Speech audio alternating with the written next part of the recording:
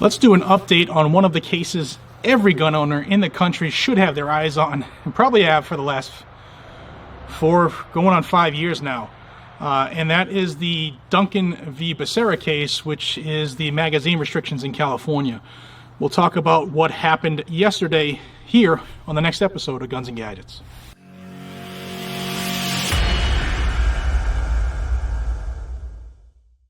Hey everybody, welcome back to Guns and Gadgets, your premier source for Second Amendment news. Excuse the sun that just decided it was going to come out as I was setting up, so we'll have to roll with it, and I guess I'll see how much this camera can deal with this new lens. So, Duncan v. Becerra. This is the case, the magazine ban case in California, Freedom Week, and it's been a bumpy ride. This case started based off of a 2016 laws that came out, which said that you couldn't have a magazine that had more than 10 rounds as a capacity.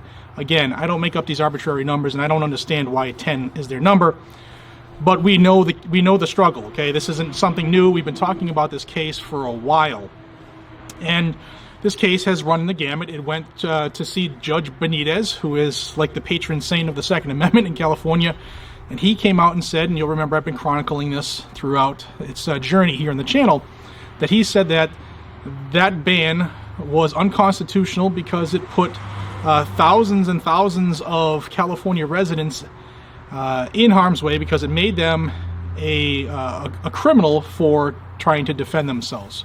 So he deemed that as unconstitutional. You remember that opened up the ability to purchase standard capacity magazines in California, and he eventually put his own stay on his own ruling about a week later, and it's turned out that that was brilliant.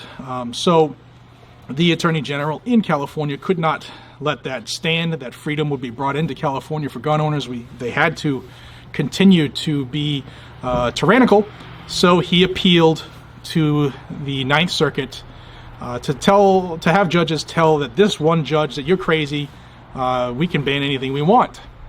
So it went in front of a 3-judge panel, and shocking to most of us, that 3-judge panel upheld Judge Benitez's decision that magazine restriction law was unconstitutional. And it was great. However, they kept the stay in place.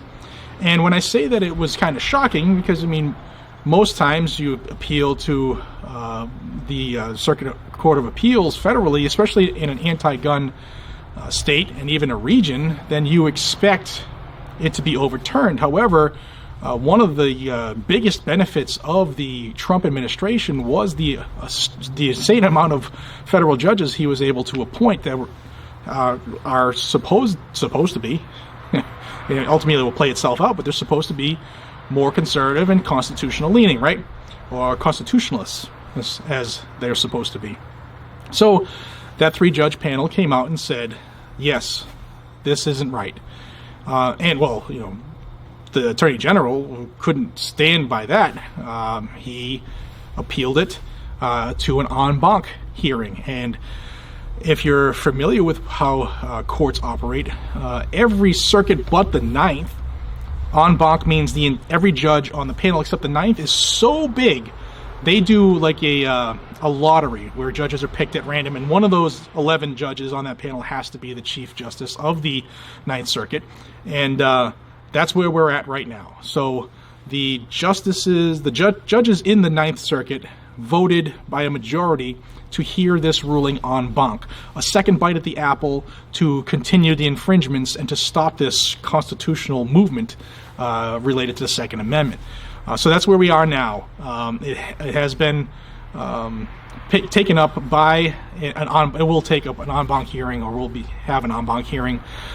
So that was what came down this week here. So everybody's watching this case. Even if you live in a state that doesn't restrict magazine capacities or styles or looks or colors, hey, yay for that, as John Lovell says, and congratulations for you. But I live in a state that is tyrannical, and while all the states who have magazine restrictions are watching this case, because no matter what happens on this en banc review, whether it's deemed unconstitutional or not, it will go to the Supreme Court. So this case is going to go to the Supreme Court. It could take a long time, but ultimately that's where it's going to go. Because if it's ruled to still be unconstitutional, and the only way that would happen is because of the influx of these, Republican appointed judges, where there's a good chance, it's a lottery. So there's a chance that you could have one more conservative judge on this panel. Maybe not, but it's a chance. So they could say that, yes, this magazine ban is unconstitutional. California will not let that stand. It will be appealed to the United States Supreme Court. And then it's up to the court if they're going to take it or not. And even if it's deemed to be a constitutional infringement, then this California Rifle and Pistol Association will absolutely appeal it to the Supreme Court. I'm proud to say I'm a member of the California Rifle and Pistol Association, even as a resident here in Massachusetts, and you should be too. And I always say support those who support you. This case started 2016, late 2016, early 2017. I can't remember off the top of my head. I literally brought this out, set it up, and hit record. But this case has been going on for years through every step of the judicial system. And now we're at the Banc Court of Appeals for the Ninth Circuit. And that's big. So it's very, very expensive. So please, if you're not a member and you can afford, I don't know off the top of my head, it can't be much. It's like $35 probably. If you can afford that, then join the CRPA, the California Rifle and Pistol Association, CRPA, and support the cause. If you can afford maybe a little more, maybe donate a little more if you can. But a little goes a long way. I'll have a link down below how you could join right up there. And I get nothing out of it, and I don't want anything out of it when it comes to supporting groups that are fighting the fight. So yeah, this will end up regardless in front of the Supreme Court. But how long will it take for the Banc panel to hear it? Could be quick, could be a year. It takes a long time. And of course, attorney's fees rack up.